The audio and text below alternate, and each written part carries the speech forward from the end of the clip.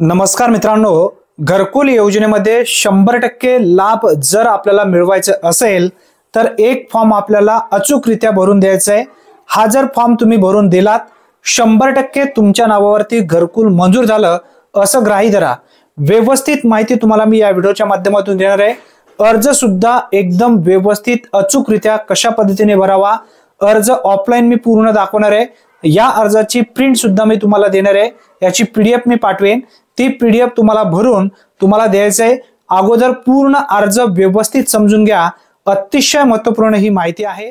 मित्रांनो, मी आता बाजूला स्क्रीन ओपन केलेली आहे, व्यवस्थित माहिती समजून घ्या, अतिशय महत्त्वपूर्ण ही माहिती आहे प्रत्येक घरकुल गरजूवंत लाभार्थ्यांसाठी।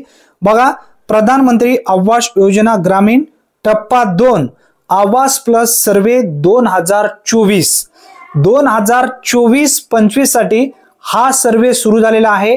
व्यवस्थित फॉर्म समजून घ्या।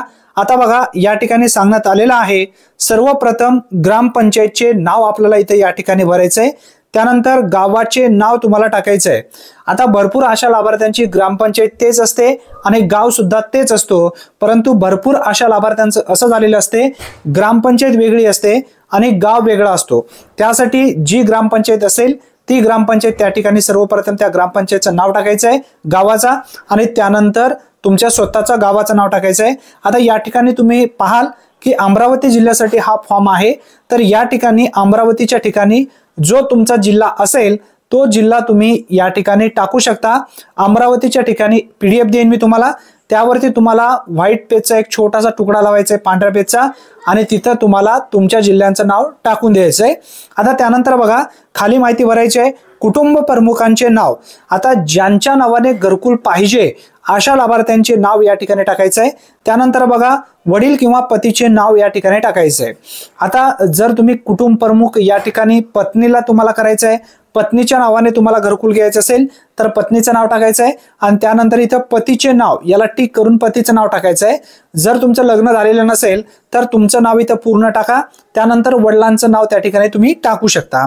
आता त्यानंतर बघा, कुटुंबातील व्यक्तींची संख्या। आता तुमच्या कुटुंबामध्ये रेशन कार्ड प्रमाणे किती व्यक्ती आहेत त्यांचं या ठिकाणी तुम्हाला संख्या टाकायची आहे, पुरुष किती आहेत आणि स्त्री किती आहेत हे सुद्धा या ठिकाणी टाकायचं आहे।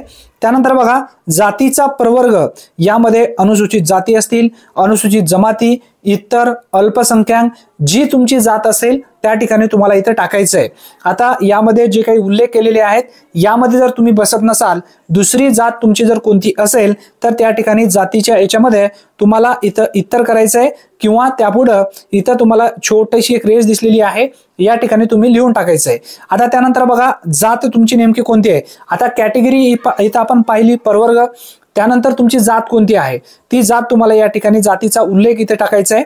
त्यानंतर बघा पुढे, आता कुटुंबातील मालकीचे घर किंवा जागा असल्यास मालमत्ता क्रमांक या ठिकाणी जो असेल तो टाकायचा आहे। नमुना नंबर 8 तुमच्याकडे जर असेल तर त्यावरती एक नंबर मालमत्ता क्रमांक असेल, तो मालमत्ता क्रमांक या ठिकाणी टाकायचा आहे। जर तुमच्या नावाने जागा नसेल तर इथं नाही म्हणून तुम्हाला लिहायचं आहे, जर जागा असेल तर तुम्हाला त्या ठिकाणी मालमत्ता क्रमांक टाकायचा आहे। आता त्यानंतर बघा, खाली कुटुंबातील सदस्यांचे नावे व्यवस्थित भरून घ्यायचे आहेत। सर्वप्रथम कुटुंब प्रमुखाचं नाव लिहायचं आहे, त्यानंतर पत्नीचं नाव लिहायचं आहे जे असेल ते, त्यानंतर मुलांचं वगैरे जे असतील, मुली असतील, आपले आईवडील आपल्या कुटुंबात असतील तर या पद्धतीने कुटुंबातील सर्व सदस्यांचे नावे लिहायचे आहेत। त्यानंतर कुटुंबाशी नाते नेमके काय आहेत। आता तुम्ही 1 नंबरला तुमचं स्वतःचं नाव टाकलेलं असेल तर स्वतः लिहा, खाली तुम्हाला पत्नी किंवा जे पती असेल त्यांचं नाव टाका, आई वडील मुलगा मुलगी जे असेल ते तुम्हाला या ठिकाणी टाकून घ्यायचं आहे। आता त्यानंतर या प्रत्येकाचा आधार कार्ड नंबर तुम्हाला या ठिकाणी समोर भरायचा आहे। आता त्याचबरोबर मोबाईल नंबर तुम्ही एकट्याचा दिलं तरी चालेल, कुटुंब प्रमुखाचा किंवा पत्नीचा असेल तर पत्नीचे देऊ शकता, वडील असेल तर वडिलांचा सुद्धा तुम्ही देऊ शकता। शक्यतो तुम्ही फॉर्म भरत असाल तर तुमचाच मोबाईल नंबर या ठिकाणी द्यायचा आहे, बाकीचे देण्याची काही गरज नाही। आता त्यानंतर बघा पुढे रेशन कार्ड क्रमांक टाकायचा आहे तुम्हाला। जो आरशी नंबर आहे तुमच्याकडे आरशी, तो आरशी नंबर 27 पासून सुरू होणार असेल किंवा प्रत्येकाचा वेगवेगळा असेल। आता तुम्हाला इथं आरशी नंबर टाकायचा आहे किंवा जुना रेशन कार्ड तुमच्याकडे जर असेल तर तो रेशन कार्ड नंबर टाकायचा आहे। त्यानंतर वर्ष टाकायचं आहे, म्हणजे किती वर्षापासून तुमच्याकडे तो रेशन कार्ड आहे, 15 वर्ष, 20 वर्ष, 10 वर्ष, जेवढ्या वर्षापासून आहे त्याचा इथं उल्लेख करायचा आहे। आता जॉब कार्ड क्रमांक नंबर इथे तुम्हाला टाकायचा आहे। आता जॉब कार्ड हे तुम्हाला प्रत्येकाला लागणार आहे। जर घरकुल योजनेमध्ये आपल्याला लाभ मिळवायचा असेल तर जॉब कार्ड आपल्याकडे आवश्यक आहे। आता हा जॉब कार्ड तुम्हाला कोणत्या ठिकाणी मिळेल याबद्दलची माहिती सुद्धा आपल्या चॅनलवरती आपण ऑलरेडी घेतलेली आहे। थोडक्यात माहिती समजून घ्या। जॉब कार्ड जर तुमच्याकडे नसेल तर आपल्या ग्रामपंचायत मधील जो रोजगार सेवक आहे त्यांना भेटा, तुमच्या बँकेचं पासबुक, आधार कार्ड आणि 2 फोटो द्या। 2 दिवसामध्ये तो जॉब कार्ड तुम्हाला बनवून देईल आणि जॉब कार्ड नंबर तुम्हाला या ठिकाणी टाकायचं आहे। त्याच्यानंतर बघा कुटुंबामध्ये घरकुलांचा लाभ मिळाला असल्यास त्यांचे नाव या ठिकाणी टाकायचं आहे। आता तुमच्या कुटुंबातील एखाद्या व्यक्तीला घरकुल योजनेचा लाभ मिळालेला आहे, मग अशा व्यक्तींचं तुम्हाला या ठिकाणी नाव टाकायचं आहे। जर मिळालेलं नसेल तर डॅश मारा किंवा नाही लिहून टाका। वर्ष म्हणजे किती वर्ष झालं तुम्हाला घरकुल मिळालेलं आहे ते तुम्हाला या ठिकाणी टाकायचं आहे। आता मतदार यादीतील मतदार नोंदणी क्रमांक, जो कुटुंब सदस्य प्रमुख आहे ज्यांच्या नावाने आता तुम्ही घरकुल घेणार आहात त्याचं इथं मतदान कार्ड क्रमांक इथे टाकायचं आहे। आता तुमची जी विवाहित स्थिती आहे, विवाहित आहात की तुम्ही अविवाहित आहेत, जे असेल ते असेल त्याला टिक करायचं आहे। आता त्यानंतर बघा साक्षरता। आता यामध्ये तुमचं शिक्षण काय नेमकं झालेलं आहे, अशिक्षित आहात तुम्ही की प्राथमिक शिक्षण घेतलेलं आहात, माध्यमिक शिक्षण घेतलेलं आहात का, पदवीधर आहात का, उच्च पदवीधर आहात की इतर आहात, अशा पद्धतीने जे असेल तुम्ही ते त्या ठिकाणी टिक मार्क करायचं आहे। त्यानंतर बघा व्यवसाय तुमचा नेमकं काय आहे, शेती आहे, नोकरी आहे, धंदा आहे, वाहतूक व्यवसाय आहे किंवा इतर असेल, जे असेल यामध्ये टिक करा। जर नसेल तर इतरला इथं टिक करायचं आहे। त्यानंतर बघा कुटुंबाचे वार्षिक उत्पन्न तुमचं नेमकं किती आहे या ठिकाणी टाकायचं आहे। 60,000 असेल, 75,000 असेल, 1 लाख असेल, 1,20,000 पर्यंत शक्यतो आपल्याला चालेल। तर या ठिकाणी तुम्ही 75,000 टाकू शकता किंवा 60,000 टाकू शकता किंवा 55,000 टाकू शकता, या पद्धतीने तुम्हाला टाकायचं आहे। आता त्यानंतर बघा यामध्ये जर तुम्ही अपंग असाल तर अपंगाचा इथं प्रकार सांगायचा आहे, ते प्रकार तुम्ही लिहू शकता। आता त्यानंतर बघा कुटुंब प्रमुख, विधवा, परित्यक्ता, घटस्फोट, एकल, जे असेल तुम्ही या ठिकाणी टिक करा। जर तुम्ही नसाल तर या ठिकाणी काही करण्याची गरज नाही, सोडून टाका। आता त्यानंतर बँकेची माहिती तुम्हाला सर्वात महत्त्वाची आहे, बँकेची माहिती भरून घ्यायची आहे। सर्वप्रथम खातेधारकांचं पासबुकवर जे नाव आहे ते व्यवस्थित नाव या ठिकाणी टाकायचं आहे। खाते क्रमांक म्हणजे अकाउंट नंबर तुमचा टाकायचा आहे। बँकेचं नाव टाकायचं आहे, कोणती बँक आहे, SBI बँक आहे का, पोस्ट बँक आहे, जी बँक असेल, महाराष्ट्र बँक असेल, ॲक्सिस बँक असेल, जी बँक असेल त्या बँकेचं नाव टाकायचं आहे। शाखा लिहायचं आहे, शाखा कुठली आहे म्हणजे कोणत्या ठिकाणी तुमची ती बँक आहे त्याची शाखा लिहायचं आहे आणि IFSC कोड या ठिकाणी टाकायचं आहे, म्हणजे IFSC क्रमांक जो असेल त्या पासबुकवरती असेल किंवा गुगलवरती तुमच्या बँकेचं नाव आणि शाखा जर सर्च केलात तर तुम्हाला IFSC कोड मिळून जाईल। त्यानंतर गावांचे नाव तुम्हाला टाकायचं आहे, ज्या गावामध्ये तुम्ही राहत त्या गावाचं नाव किंवा ज्या गावामध्ये ती बँक आहे त्या बँकेचं नाव इथं या ठिकाणी गावाचं नाव टाकायचं आहे। आता त्यानंतर बघा कुटुंबाचे मालकीचे घर असल्यास भिंतीचे प्रमुख साहित्य या ठिकाणी कशी आहेत। बघा तुमच्याकडे जर ऑलरेडी पहिले घर असेल तर ते घराचा प्रकार नेमका कोणता होता, यामध्ये विटाचं घर आहे तुमचा जुना की दगडाचं आहे की मातीचं आहे, इथं उल्लेख करायचा आहे। आता तुमचं जर मातीचं असेल तर इथं मातीला टिक करायचं आहे। दगडाचं असेल, दगडाचं बांधलेलं असेल, आता जुने भरपूर असे दगडाचे घर बांधलेले असतात किंवा कोणाची दगड रचलेली असतात एकावर एक आणि त्याच्यावरती पत्र टाकलेली असतात, मग अशा ठिकाणी दगड टाकायचा आहे। विटाचा कच्चा जर असेल तर विटाला इथे टिक मार्क करा आणि त्याच्यासमोर एक कच्चा म्हणून लिहा। आता त्यानंतर बघा छताचा प्रकार, आता यामध्ये सुद्धा छताच्या प्रकारमध्ये दिलेले आहेत, कौलूचे घरे, टिनेचे घरे, स्लॅबचे घरे, गवताचे घरे, हे घरांची तुम्हाला जे काही प्रकार आहेत ते प्रकारला टिक करायचं आहे। तुमचं घर कसं आहे। आता त्यानंतर बघा घरातील खोलीची संख्या, एकूण घर आहे तुमच्याकडे पण त्याच्यामध्ये किती खोल्या काढलेल्या आहेत तुम्ही, एक काढलेला आहे, बेडरूम काढलेला आहे, किचन रूम काढलेला आहे की किती बेडरूम काढलेले आहेत, अंदाजे टाका। एकच असेल तर एकच संख्या या ठिकाणी टाकायची, 2 असेल तर 2 टाकायचे। त्यानंतर बघा शौचालयाची सुविधा आहे का, इथं असेल तर होय करा, नसेल तर नाही करा। जर पूर्वी तुम्ही शौचालयासाठी जे शौचालय अभियानातून जर तुम्ही त्याच्यासाठी जर पैसा घेतलेला असेल 15,000 रुपये किंवा 14,000 रुपये तर या ठिकाणी तुम्हाला होय म्हणून टाकायचं आहे, कारण तुमच्या आधार कार्डवरती ते ऑलरेडी आलेलं आहे हे समजून घ्या। त्यानंतर बघा पुढं स्वयंचलित वाहने 2, 3, 4 चाकीचे प्रकार. आता स्वयंचलित वाहने तुमच्याकडे आहेत का? याच्यामध्ये 2 चाकी तुमच्याकडे वाहने आहेत. आता 2 चाकी ज्यांच्याकडे मोटरसायकल आहे, बाईक आहे, अशा लोकांना आता घरकुल योजनेचा लाभ दिला जाणार आहे. पूर्वी टेलिफोन आणि जर तुमच्याकडे 2 व्हीलर असेल तरी सुद्धा तुम्हाला घरकुल योजनेमधून वगळलं होतं. परंतु आता नवीन जो सर्वे आहे यामध्ये देशाचे गृहनिर्माण मंत्री शिवराजसिंह चौहान यांच्या माध्यमातून सांगण्यात आलेलं आहे, ज्यांच्याकडे 2 व्हीलर आहे, ज्यांच्याकडे टेलिफोन आहे, अशा लोकांना सुद्धा आता घरकुल योजनेचा लाभ मिळणार आहे. आता यामध्ये 4 चाकी किंवा 3 चाकी जे असेल ते तुम्ही या ठिकाणी प्रकार टाकू शकता. असेल तर होय करा, नसेल तर या ठिकाणी नाही करा. आता त्याच्यानंतर बघा, किसान क्रेडिट कार्ड. तुमच्याकडे किसान क्रेडिट कार्ड आहे का? असेल तर होय करा, नसेल तर नाही करा. क्रेडिट कार्ड वेगळा आणि किसान क्रेडिट कार्ड वेगळा. किसान क्रेडिट कार्ड बद्दल सुद्धा आपण माहिती पूर्वी घेतलेली होती. जे लाभार्थी प्रधानमंत्री किसान सन्मान निधी योजनेअंतर्गत लाभ घेत आहेत, किसान क्रेडिट कार्डवरती त्यांना लोन घेतलेलं असेल तर अशा लोकांकडे किसान क्रेडिट कार्ड असेल तर होय करा, नसेल तर या ठिकाणी सुद्धा नाही करायचंय. त्यानंतर बघा, कुटुंबातील सदस्यांना सरकारी नोकरी आहे किंवा नाही. जर असेल तर होय करा, नसेल तर नाही करा. त्यानंतर बघा, पुढे सांगण्यात आले, कुटुंबातील दरमहा 15,000 पेक्षा जास्त उत्पन्न असलेल्या कोणी सदस्य आहे का?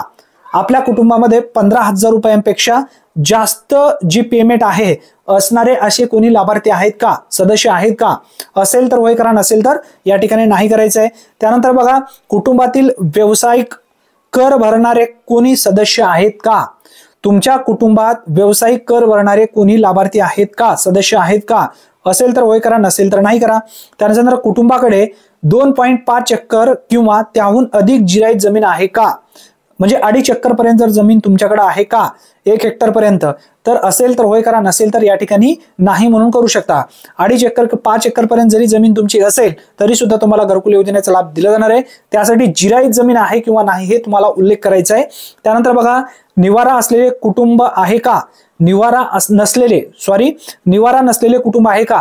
म्हणजे तुम्हाला घर नाही, दार नाही, काय नाही, तुम्ही उगा भटकंती करत आहात, तुमच्याकडे जमीन नाही आहे, तुमच्याकडे घर नाही आहे, असं आहात का तुम्ही? असेल तर इथं होय करायचंय, नसेल तर इथं नाही करायचंय. त्यानंतर बघा, दान धर्म भिक्षेत जगणारे कुटुंब आहे का? दान धर्म जे भिक्षेत जगणारे, आता काही गोसाई समाजाचे असतील किंवा काही भटकंती करणारे कुटुंब असतील, ते एका ठिकाणीहून दुसऱ्या ठिकाणी स्थलांतरित होत असतात. मग त्यांना त्या घरकुल योजनेचा लाभ घ्यायचा असते, कोणत्या तर एका ठिकाणी राहायचं असतं, परंतु त्यांना घरकुलसाठी जागा राहत नाही आणि तेवढा पैसा पण त्यांच्याकडे नसतो. त्यासाठी ते लोक इकडून तिकडून फिरत असतात. असे कुटुंब आहात का तुम्ही? असा उल्लेख या ठिकाणी करायचा आहे. नसेल तर नाही, असेल तर आहे होय करायचं, नसेल तर नाही करायचंय. त्यानंतर बघा, हाताने मैला साफ करणारे कुटुंब आहे का? हाताने मैला साफ करणारे कुटुंब आहे का? असेल तर होय करा, नसेल तर नाही करा.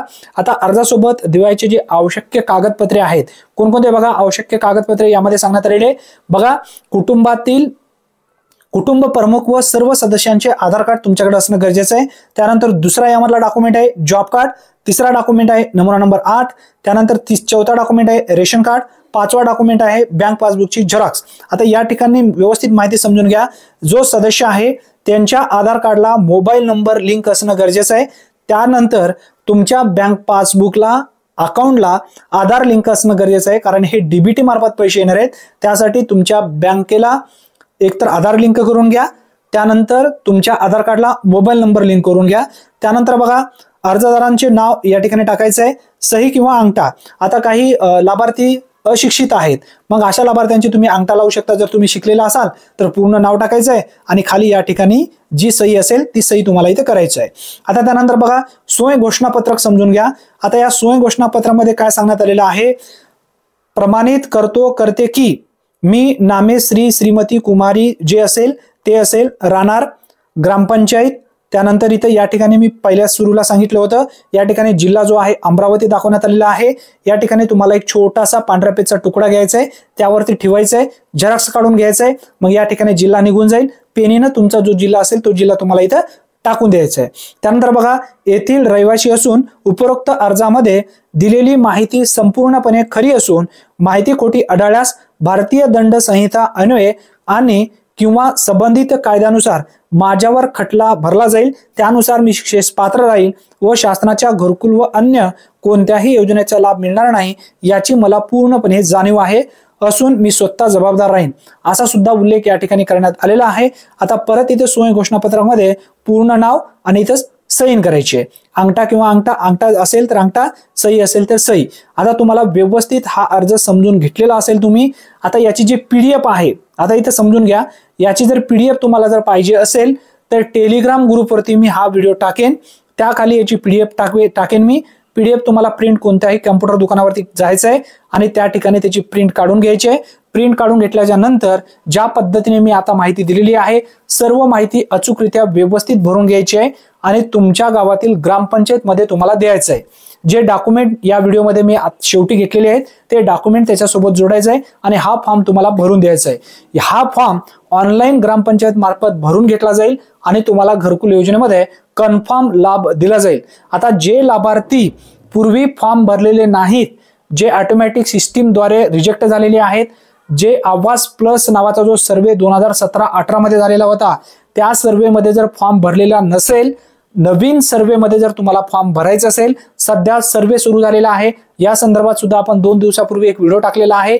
1 एप्रिल पासून सर्वे सुरू झालेला आहे। प्रत्येक ग्रामपंचायत मध्ये सर्वे आहे। शहरी भागातून तुम्हाला जर भरायचं असेल तर नगरपालिका, महानगरपालिका त्या ठिकाणी जा आणि फॉर्म व्यवस्थित भरून घ्या। अतिशय महत्त्वपूर्ण ही माहिती आहे। जास्तीत जास्त मित्रांपर्यंत नक्की हा व्हिडिओ शेअर करा, जेणेकरून प्रत्येक गोर गरीब गरजूवंत लाभार्थी या घरकुल योजनेचा लाभ कन्फर्म घेईल आणि तुमचं नाव तेवढंच त्या ठिकाणी निघेल। चॅनलवरती जर तुम्ही पहिल्यांदा झाला असाल तर चॅनलला सबस्क्राइब करून बेल नोटिफिकेशनला क्लिक करून व्हिडिओला जाता जाता नक्की लाईक करून ठेवा। धन्यवाद। पुन्हा भेटूया नवीन व्हिडिओमध्ये नवीन माहितीसह। तोपर्यंत जय हिंद, जय महाराष्ट्र।